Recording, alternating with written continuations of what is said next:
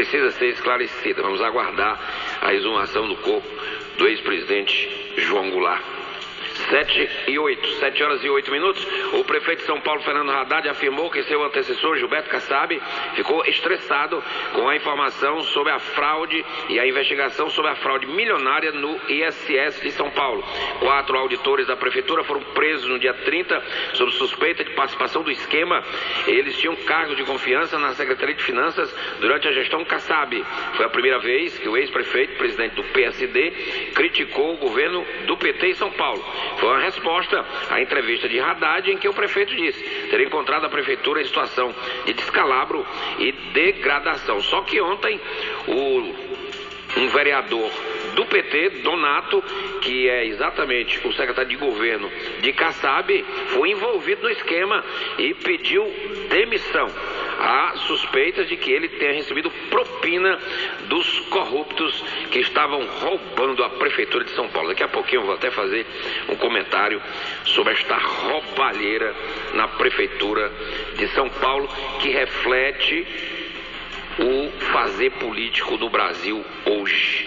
Já eu vou falar sobre este assunto aqui no Jornal da Clube. 7 horas e 8 minutos, depois de um forte calor, com temperaturas que chegaram a 40 graus e uma sensação térmica de 47, um temporal atingiu o Rio de Janeiro. O Rio teve ontem o dia mais quente do ano. Depois houve registro até de chuva de granizo nos bairros da Penha e Vista Alegre, na zona norte do Rio. Segundo o Instituto Nacional de Meteorologia, a temperatura do Rio hoje deve ficar em torno de 40,9 graus centígrados. O Instituto informou que uma frente fria se deslocou de São Paulo e chegou ao Rio e que pode trazer chuvas moderadas a partir do final da tarde. 7 horas e 11 minutos. O presidente nacional do PT, Rui Falcão, foi reeleito no processo de eleições diretas do partido realizado no último domingo. Segundo o balanço divulgado pelo próprio PT, Rui Falcão recebeu mais de 70% dos votos válidos e vai cumprir mandato de 4 anos na presidência do partido. Em segundo lugar, ficou o secretário-geral do partido, o deputado federal Paulo Teixeira, da chapa Mensagem ao partido. Ele obteve 19,8% dos votos. Ao todo, 806 mil do total de 1.700.000 filiados do PT estavam aptos a participar da votação. O presidente reeleito é deputado estadual de São Paulo e elogiou a participação dos mais de 800 mil militantes do Partido dos Trabalhadores que participaram da eleição no último domingo. Aqui em Fortaleza, já se sabe, o presidente estadual vai ser o de Assis, ligado ao Guimarães, e o presidente municipal eleito pelo voto direto dos petistas foi o Elmano de Freitas, que é ligado politicamente à ex-prefeita Luiziane Lins. O PT aqui está dividido. Uma parte defende apoio ao candidato Cid Gomes, uma parte defende o lançamento de candidatura própria do partido nas eleições 2014. 7 horas e 12 minutos. A América Latina tem 11 países com taxa de homicídio consideradas epidêmicas pela Organização Mundial de Saúde e 1 milhão de vítimas de violência criminal em uma década, de 2000 a 2010. Os dados constam de um relatório apresentado ontem pela ONU em Nova York. Entre 2000 e 2010, a taxa de homicídios na América Latina cresceu 11%, enquanto na maioria das regiões do mundo caiu ou se estabilizou. A região é a mais desigual e a mais insegura do mundo. Nenhuma novidade, tendo em vista que a gente mora num país marcado pela violência e pelo homicídio e pela insegurança. Quem mora em Fortaleza sabe o que eu estou falando.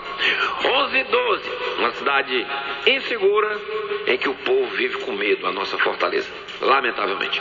7:11, bom dia para você, repórter Jonas Melo. Notícias da Assembleia. Jonas Melo.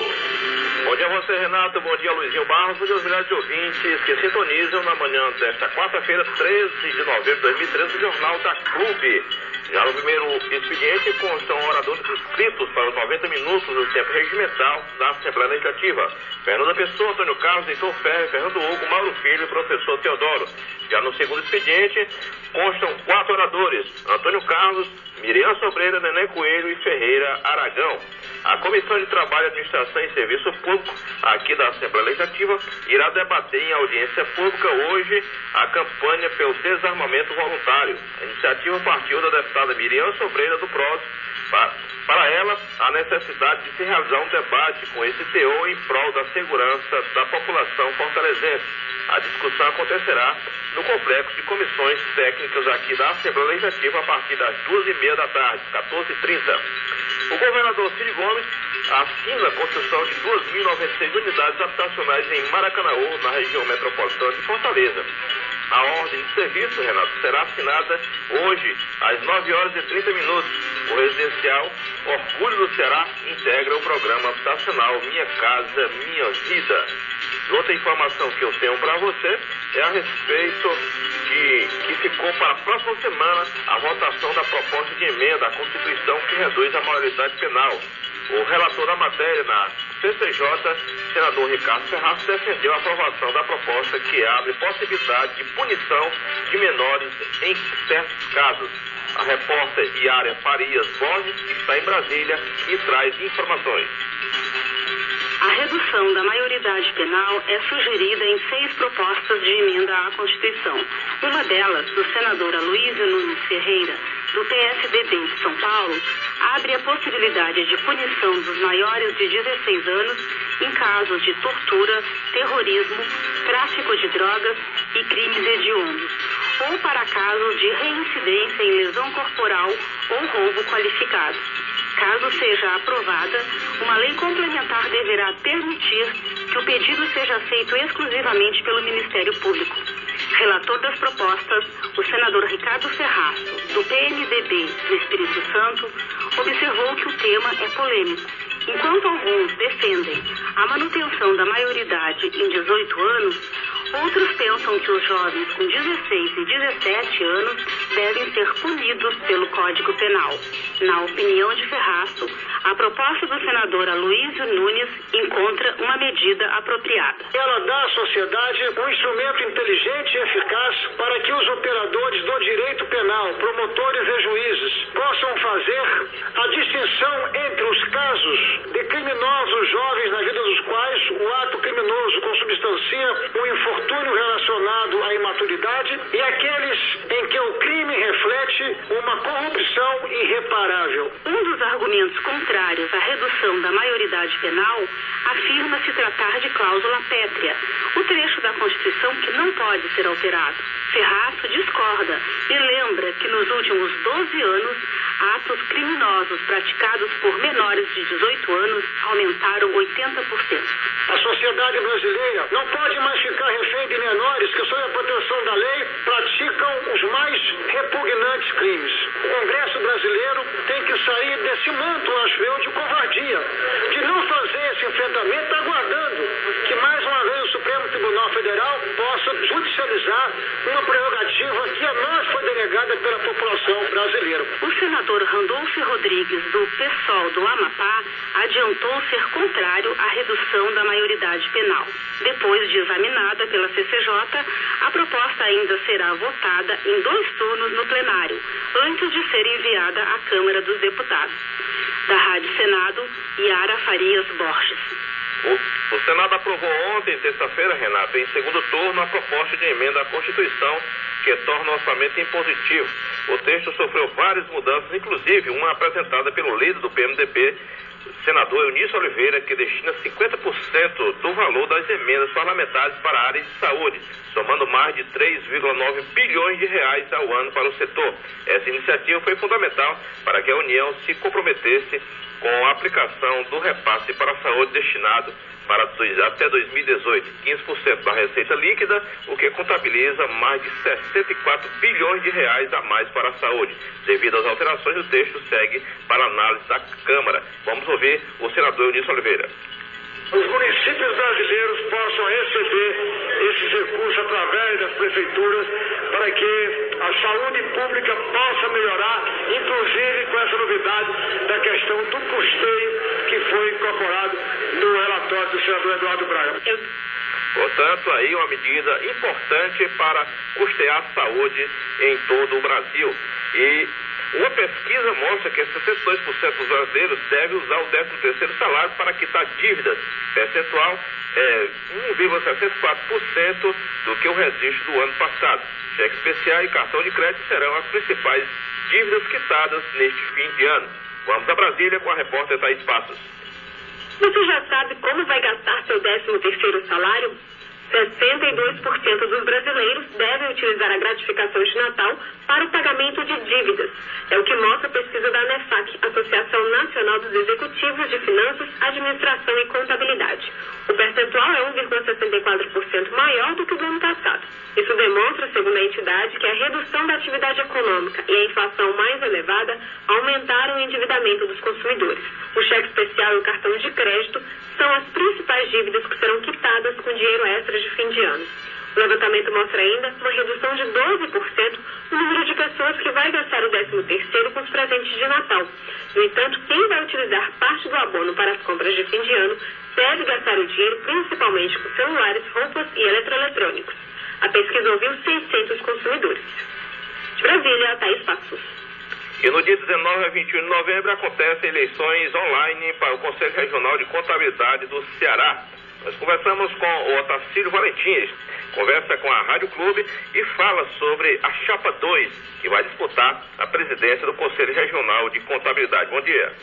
Bom dia. A eleição vai ser no dia 19, 20 e 21 de novembro. Já está bem próximo. Eu convidaria a todos os contabilistas do estado do Ceará a votarem na Chapa 2. É uma chapa de oposição. Estamos querendo e vamos fazer, se eleito for, a abertura do Conselho Regional de Contabilidade para todos os profissionais da contabilidade, para ter acesso ao presidente do Conselho, e vamos valorizar o profissional da capital e do interior. Vamos conseguir salas para os contabilistas nas repartições públicas, estadual, federal, como Receita Federal, Secretaria da Fazenda, CEFIM.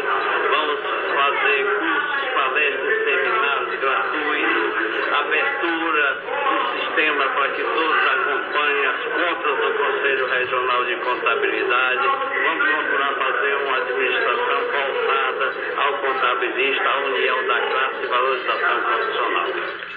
O Otacílio Valentim Andrade é brasileiro, natural de Quixeramobim, casado, bacharel em Ciências Contábeis e Direito pela Unifor, especialização em Ensino Superior pela FAMetro, contador, professor, coordenador do curso de graduação e pós-graduação em empresário de contabilidade, ex-presidente do Sindicato dos Contabilistas do Ceará e ex-vice-presidente do Conselho Regional de Contabilidade. E agora, na Chapa 2, disputa aí, mais uma vez, e pede aos seus colegas contabilistas que votem online através da internet de 19 a 21 de novembro para escolher quem vai realmente representar o Conselho Regional de Contabilidade do Estado do Ceará, no caso, a presidência, meu caro Renato Abreu. São 7 horas e 21 minutos, daqui a pouco tem sessão plenária aqui na Assembleia Legislativa, sob o comando da mesa diretora, que tem à frente o presidente da Assembleia, José Albuquerque do PROS. Você continua com o Renato Abreu, da Assembleia ao vivo, Jonas Melo para o Jornal da Clube. Renato Abreu. Valeu, Jonas Melo, abraçando aí o grande Valentim, que é o candidato da Chapa 2. Ontem eu falei até da eleição dos contabilistas, que será